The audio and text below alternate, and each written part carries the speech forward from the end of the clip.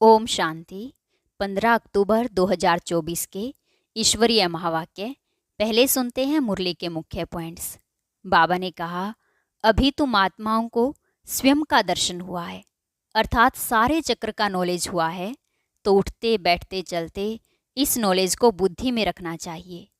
एक एक बात को अच्छी रीति धारण करने से तुम पद्मापदम भाग्यशाली बन जाएंगे। यहाँ तो सब में 5 भूतों की प्रवेशता है, इसलिए अपने को आत्मा समझ एक बाप को याद करो तो सब भूत भाग जाएंगे। फिर बाबा ने कहा, अभी तुम बच्चे नई दुनिया में जाने की तैयारी कर रहे हो, तो अभी कोई पाप नहीं करना।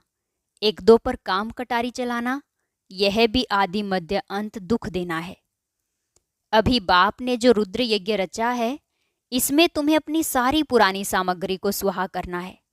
कल्प पहले भी बाबा ने कहा था, मन मना भव, यह है माया पर जीत पाने का यंत्र। लास्ट में बाबा ने कहा, इस मनुष्य सृष्टि का बीज रूप मैं हूँ। ज्ञान का सागर बाप तुमको भी आप समान नॉलेजफुल बनाते हैं। अब तुम्हें योग बल से अपनी राजधानी स्थापन करनी है, क्योंकि पुरानी दुनिया खत्म हो नई दुनिया आ रही है। सदा याद रहे, बाप तुम्हें 21 जन्मों का वर्षा देने आए हैं। और अब सुनते हैं महावाक्यों को विस्तार से। मुरली का सार। मीठे बच्चे, तुम सबकी आपस में एक मत है। तुम अपने को आत्मा समझ एक बाप को याद करते हो तो सब भूत भाग जाते हैं। प्रश्न है, पद्मा पदम भाग्यशाली बनने का मुख्य आधार क्या है? उत्तर, जो बाबा सुनाते हैं उस एक एक बात को धारण करने वाले ही पद्मा पदम भाग्यशाली बनते हैं। जज करो, बाबा क्या कहते हैं और रावण संप्रदाय वाले क्या कहते हैं। बाप जो नॉलेज देते हैं उसे बुद्धि में रखना, स्वदर्शन चक्रधारी बनना ही पद्मा पदम भाग्यशाली बनना है। इस नॉलेज से ही तुम गुणवान बन जाते हो। ओम शांति। रूहानी बाप अंग्रेजी में कहा जाता है स्पिरिचुअल फादर। सतयुग में जब तुम चलेंगे तो वहाँ अंग्रेजी आदि दूसरी कोई भाषा तो होगी नहीं। तुम जानते हो सतयुग में हमारा राज्य होता है, उसमें हमारी जो भाषा होगी वही चलेगी। फिर बाद में वह भाषा बदलती जाती है। अभी तो अनेक भाषाएं हैं, जैसा जैसा राजा वैसी वैसी उनकी भाषा चलती है। अब यह तो सब बच्चे जानते हैं।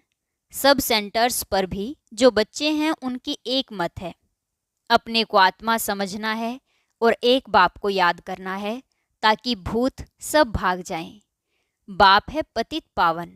5 भूतों की तो सब में प्रवेशता है। आत्मा में ही भूतों की प्रवेशता होती है। फिर इन भूतों अथवा विकारों का नाम भी लगाया जाता है, देह, अभिमान, काम, क्रोध आदि। ऐसे नहीं कि सर्वव्यापी कोई ईश्वर है। कभी भी कोई कहे कि ईश्वर सर्वव्यापी है तो कहो सर्वव्यापी आत्माएं हैं, और इन आत्माओं में 5 विकार सर्वव्यापी है। बाकी ऐसे नहीं कि परमात्मा सर्व में विराजमान है। परमात्मा में फिर 5 भूतों की प्रवेशता कैसे होगी? एक एक बात को अच्छी रीति धारण करने से तुम पद्मा पदम भाग्यशाली बनते हो। दुनिया वाले रावण संप्रदाय क्या कहते हैं और बाप क्या कहते हैं, अब जज करो। हरेक के शरीर में आत्मा है, उस आत्मा में 5 विकार प्रवेश है, शरीर में नहीं। आत्मा में 5 विकार अथवा भूत प्रवेश होते हैं। सतयुग में यह 5 भूत नहीं है, नाम ही है डीटी वर्ल्ड। यह है डेविल वर्ल्ड। डेविल कहा जाता है असुर को। कितना दिन और रात का फर्क है। अभी तुम चेंज होते हो, वहाँ तुम्हारे में कोई भी विकार, कोई अवगुण नहीं रहता। तुम्हारे में संपूर्ण गुण होते हैं। तुम 16 कला संपूर्ण बनते हो। पहले थे फिर नीचे उतरते हो। इस चक्र का अभी मालूम पड़ा है। 84 का चक्र कैसे फिरता है। हम आत्मा को स्व का दर्शन हुआ है, अर्थात इस चक्र का नॉलेज हुआ है। उठते बैठते चलते तुमको यह नॉलेज बुद्धि में रखना है। बाप नॉलेज पढ़ाते हैं। यह रूहानी नॉलेज बाप भारत में ही आकर देते हैं। कहते हैं ना, हमारा भारत। वास्तव में हिंदुस्तान कहना तो रोंग है। तुम जानते हो, भारत जब स्वर्ग था तो सिर्फ हमारा ही राज्य था और कोई धर्म नहीं था। न्यू वर्ल्ड थी, नई दिल्ली कहते हैं ना। दिल्ली का नाम असल दिल्ली नहीं था, परिस्तान कहते थे। अभी तो नई दिल्ली और पुरानी दिल्ली कहते हैं। फिर न पुरानी न नई दिल्ली होगी, परिस्तान कहा जाएगा। दिल्ली को कैपिटल कहते हैं। इन लक्ष्मी नारायण का राज्य होगा और कुछ भी नहीं होगा, हमारा ही राज्य होगा। अभी तो राज्य नहीं है, इसलिए सिर्फ कहते हैं हमारा भारत देश है। राजाएं तो है नहीं। अब तुम बच्चों की बुद्धि में सारा ज्ञान चक्र लगाता है। बरोबर पहले पहले इस विश्व में देवी देवताओं का राज्य था और कोई राज्य नहीं था। जमुना का किनारा था, उसको परिस्तान कहा जाता था। देवताओं की कैपिटल दिल्ली ही रही है तो सभी को कशिश होती है। सबसे बड़ी भी है, एकदम सेंटर बीच है। मीठे मीठे बच्चे जानते हैं पाप तो जरूर हुए हैं, पाप आत्मा बन गए हैं। सतयुग में होते हैं पुण्य आत्माएं। बाप ही आकर पावन बनाते हैं, जिसकी तुम शिव जयंती भी मनाते हो। अब जयंती अक्षर तो सबसे लगता है, इसलिए इनको फिर शिवरात्रि कहते हैं। रात्रि का अर्थ तो तुम्हारे सिवाय और कोई समझ न सके। अच्छे अच्छे विद्वान आदि कोई भी नहीं जानते कि शिवरात्रि क्या है, तो मनावे क्या। बाप ने समझाया है रात्रि का अर्थ क्या है। यह जो 5000 वर्ष का चक्र है, उसमें सुख और दुख का खेल है। सुख को कहा जाता है दिन, दुख को कहा जाता है रात। तो दिन और रात के बीच में आता है संगम। आधा कल्प है सोजरा, आधा कल्प है अंधियारा। भक्ति में तो बहुत टिक टिक चलती है। यहाँ है सेकंड की बात, बिल्कुल इजी है, सहज योग। तुमको पहले जाना है मुक्ति धाम, फिर तुम जीवन मुक्ति और जीवन बंद में कितना समय रहे हो, यह तो तुम बच्चों को याद है, फिर भी घड़ी घड़ी भूल जाते हो। बाप समझाते हैं योग अक्षर है ठीक, परंतु उन्हों का है जिस्मानी योग। यह है आत्माओं का परमात्मा के साथ योग। सन्यासी लोग अनेक प्रकार के हठ योग आदि सिखाते हैं, तो मनुष्य मूंझते हैं। तुम बच्चों का बाप भी है तो टीचर भी है, तो उनसे योग लगाना पड़े ना। टीचर से पढ़ना होता है। बच्चा जन्म लेता है तो पहले बाप से योग होता है, फिर 5 वर्ष के बाद टीचर से योग लगाना पड़ता है, फिर वानप्रस्थ अवस्था में गुरु से योग लगाना पड़ता है। 3 मुख्य याद रहते हैं, वह तो अलग अलग होते हैं। यहाँ यह एक ही बार बाप आकर बाप भी बनते हैं, टीचर भी बनते हैं। वंडरफुल है ना। ऐसे बाप को तो जरूर याद करना चाहिए। जन्म जन्मांतर 3 को अलग अलग याद करते आए हो। सतयुग में भी बाप से योग होता है, फिर टीचर से होता है। पढ़ने तो जाते हैं ना। बाकी गुरु की वहाँ दरकार नहीं रहती, क्योंकि सब सदगति में है। यह सब बातें याद करने में क्या तकलीफ है, बिल्कुल सहज है। इनको कहा जाता है सहज योग, परंतु यह है अनकॉमन। बाप कहते हैं मैं यह टेम्परेरी लोन लेता हूँ, सो भी कितना थोड़ा समय लेता हूँ। 60 वर्ष में वानप्रस्थ अवस्था होती है। कहते हैं 60 लगी लाठ। इस समय सबको लाठी लगी हुई है। सब वानप्रस्थ निर्वाण धाम में जाएंगे। वह है स्वीट होम, स्वीटेस्ट होम। उनके लिए ही कितनी अथाह भक्ति की है। अभी चक्कर फिर कर आए हो। मनुष्यों को यह कुछ भी पता नहीं। ऐसे ही गपोड़ा लगा दिया है कि लाखों वर्ष का चक्र है। लाखों वर्ष की बात हो तो फिर रेस्ट मिल न सके, रेस्ट मिलना ही मुश्किल हो जाए। तुमको रेस्ट मिलती है, उसको कहा जाता है साइलेंस होम, इनकॉर्पोरियल वर्ल्ड। यह है स्थूल स्वीट होम, वह है मूल स्वीट होम। आत्मा बिल्कुल छोटा रॉकेट है, इनसे तीखा भागने वाला कोई होता नहीं। यह तो सबसे तीखा है। 1 सेकंड में शरीर छूटा और यह भागा। दूसरा शरीर तो तैयार रहता है। ड्रामा अनुसार पूरे टाइम पर उनको जाना ही है। ड्रामा कितना एक्यूरेट है, इनमें कोई इनएक्यूरेसी है नहीं। यह तुम जानते हो। बाप भी ड्रामा अनुसार बिल्कुल एक्यूरेट टाइम पर आते हैं। 1 सेकंड का भी फर्क नहीं पड़ सकता। मालूम कैसे पड़ता है कि इनमें बाप भगवान है? जब नॉलेज देते हैं, बच्चों को बैठ समझाते हैं। शिवरात्रि भी मनाते हैं ना। मैं शिव कब और कैसे आता हूँ, वह तुमको तो पता नहीं है। शिवरात्रि कृष्ण रात्रि मनाते हैं, राम की नहीं मनाते, क्योंकि फर्क पड़ गया ना। शिवरात्रि के साथ श्री कृष्ण की भी रात्रि मना लेते हैं, परंतु जानते कुछ भी नहीं। यहाँ है ही आसुरी रावण राज्य। यह समझने की बातें हैं। यह तो बाबा है, बूढ़े को बाबा कहेंगे, छोटे बच्चे को बाबा थोड़े कहेंगे। कोई कोई लव से भी बच्चे को बाबा कह देते हैं, तो उन्होंने भी श्री कृष्ण को लव से कह दिया है। बाबा तो तब कहा जाता है जब बड़े हो और फिर बच्चे पैदा करते हो। श्री कृष्ण खुद ही प्रिंस है, उनको बच्चे कहाँ से आए? बाप कहते ही हैं, मैं बुजुर्ग के तन में आता हूँ। शास्त्रों में भी है, परंतु शास्त्रों की सब बातें एक्यूरेट नहीं होती। कोई कोई बात ठीक है। ब्रह्मा की आयु माना प्रजापिता ब्रह्मा की आयु कहेंगे, वह तो जरूर इस समय होगा। ब्रह्मा की आयु मृत्युलोक में खत्म होगी। यह कोई अमर लोक नहीं है। इनको कहा जाता है पुरुषोत्तम संगम युग। यह सिवाय तुम बच्चों के और कोई की बुद्धि में नहीं हो सकता। बाप बैठ बताते हैं, मीठे मीठे बच्चों, तुम अपने जन्मों को नहीं जानते हो। हम बतलाते हैं कि तुम 84 जन्म लेते हो। कैसे? तो भी तुमको पता पड़ गया है। हर एक युग की आयु 1250 वर्ष है और इतने इतने जन्म लिए हैं। 84 जन्मों का हिसाब है ना। 84 लाख का तो हिसाब हो न सके। इनको कहा जाता है 84 का चक्र। 84 लाख की तो बात ही याद ना आए। यहाँ कितने अपरंपार दुख हैं। कैसे दुख देने वाले बच्चे पैदा होते रहते हैं। इसको कहा जाता है घोर नर्क, बिल्कुल छीछी दुनिया।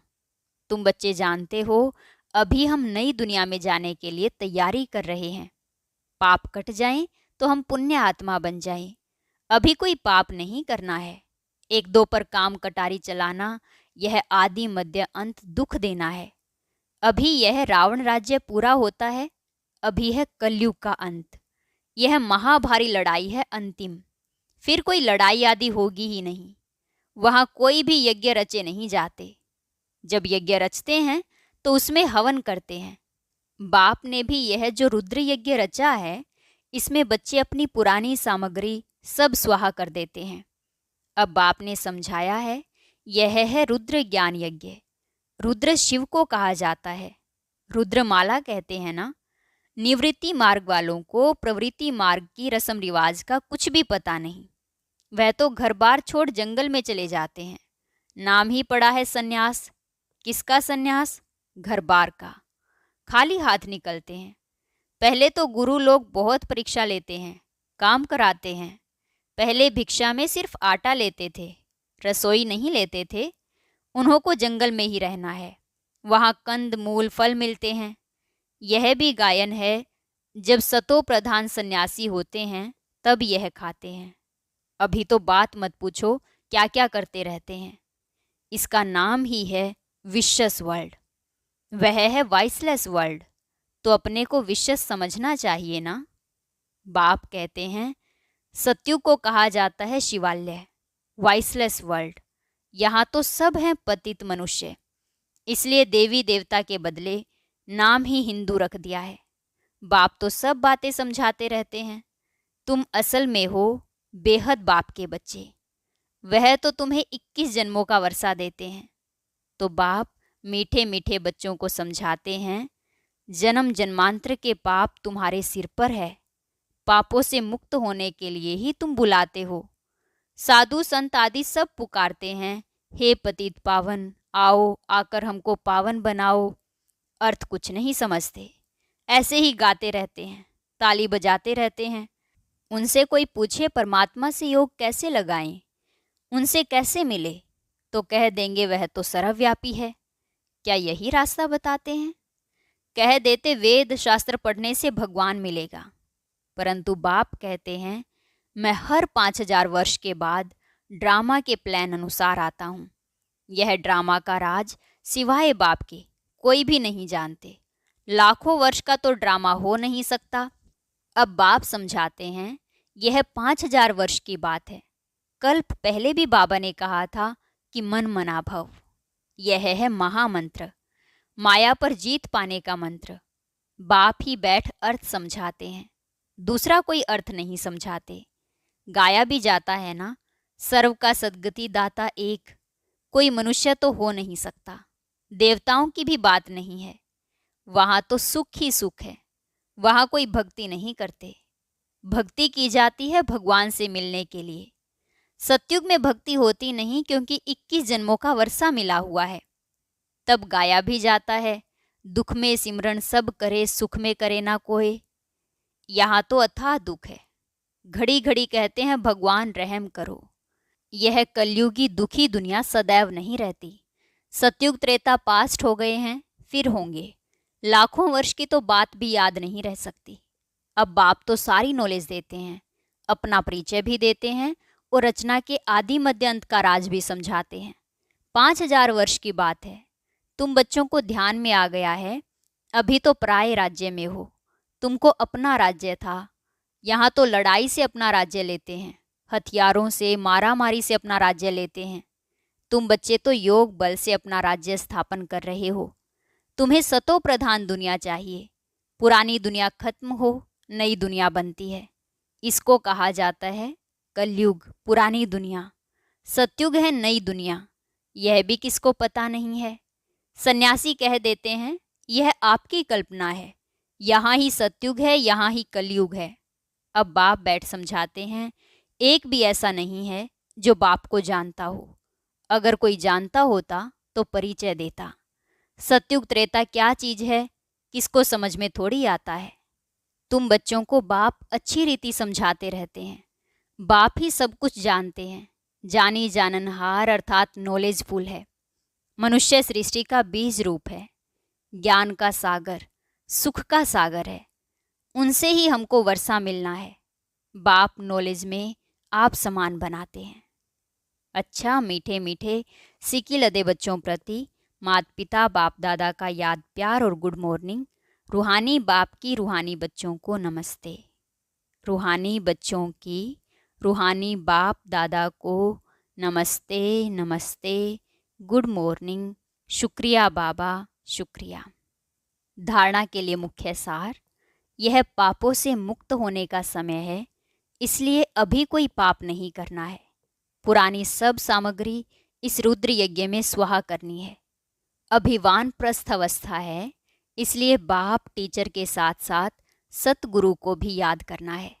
स्वीट होम में जाने के लिए आत्मा को सतो प्रधान पावन बनाना है। वरदान, अपनी सूक्ष्म कमजोरियों को चिंतन करके परिवर्तन करने वाले स्वचिंतक भव। अपनी सूक्ष्म कमजोरियों को चिंतन करके परिवर्तन करने वाले स्वचिंतक भव।